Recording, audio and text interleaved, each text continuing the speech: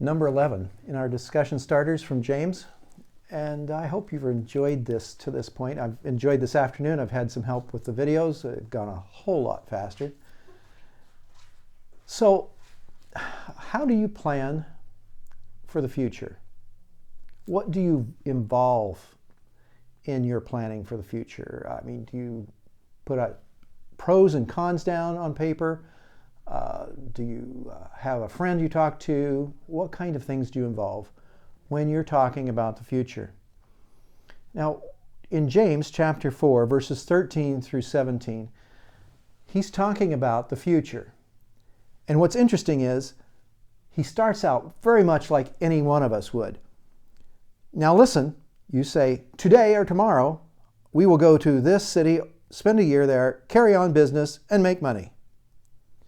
And then he points out why you don't even know what will happen tomorrow. What is your life? You're a mist that appears for a little while and then vanishes. Instead, you ought to say, if it's the Lord's will, we will live and do this or that. As it is, you boast and you brag, and all such boasting is evil. So it ties in to the lesson that came before about pride and boasting. Have we ever thought about ourselves being prideful or boastful about what we intend to do tomorrow? Our associate pastor here at Lower Deer Creek and I have sort of this little tradition that we do as we leave the office. And it started way back. We talk about see you tomorrow or that kind of thing. And then we add if the Lord wills.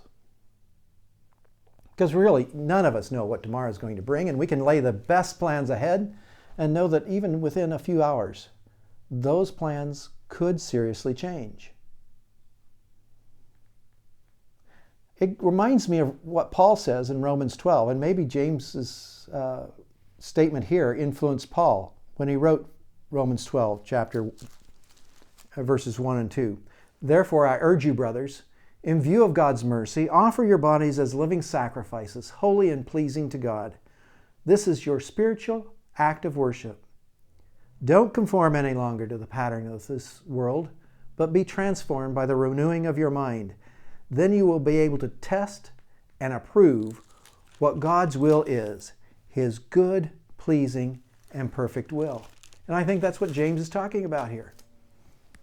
How do we include God in the midst of our planning for the future?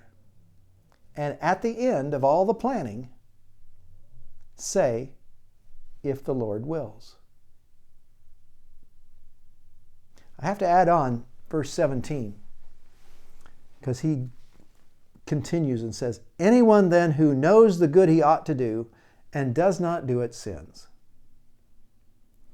So in this thinking about the future and involving God in the midst of it is what we do and how we do it in the midst of the Lord's will. Think about it.